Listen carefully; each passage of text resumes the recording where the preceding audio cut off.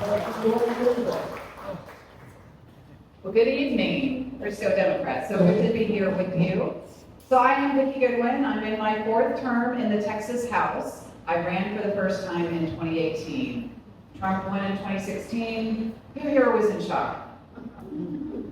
I was in shock and I said, I've got to do something more. I'm going to run for office. People sometimes say, why did you decide to run for the Texas House? Well, when I was growing up, my mom was very involved in public schools. She ended up being on the Dallas School Board in 1989.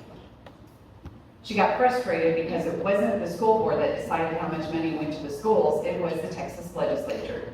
So my passion for public schools comes from my mom and all the work that she did. But also, I don't live in the city limits, so I couldn't be a city council member.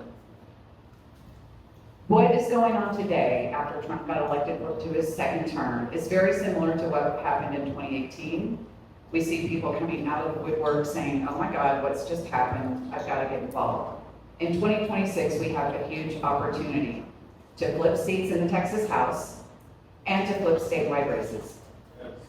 That opportunity scares Trump. His policies are unpopular.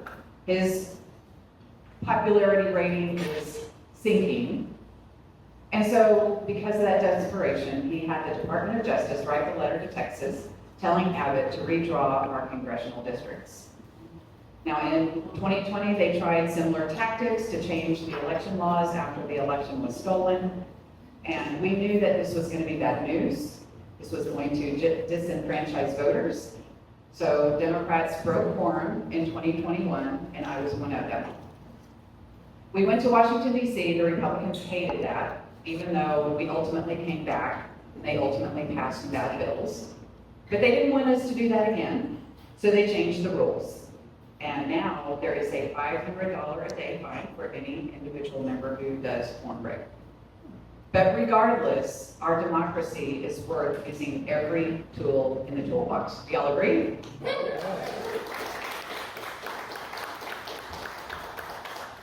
There have been a lot of conversations among members, and our congressional colleagues have been on Zoom calls with us. And they have been here talking to us, saying that we have to do everything possible to stop redistricting. Now, personally, I think at a time when Trump is doing so many awful things, I don't know how Republicans can win any congressional district at this time. But regardless, they have computer programs, and there's a lot of people out there who don't really understand who Democrats are and what we stand for.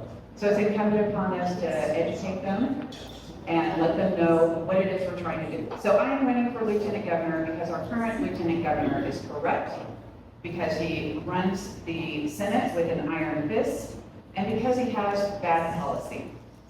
But what I'm running for is to support our public schools, to increase access to health care, to work on water issues, and housing affordability. Now, when it comes to health care, I believe women should be able to make their own personal private health care decisions.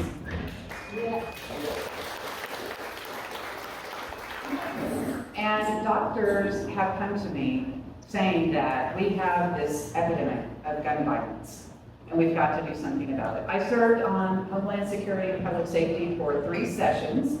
I knew that in Texas, passing laws around guns would be very difficult.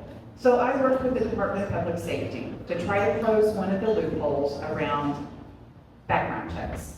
Now, I tried to pass a bill that would have installed universal background checks, everyone having to go through a background check before buying a gun. Most people agree with that. It makes sense. But that one wasn't going to pass, so I worked with DPS around a bill that has to do with your handgun license.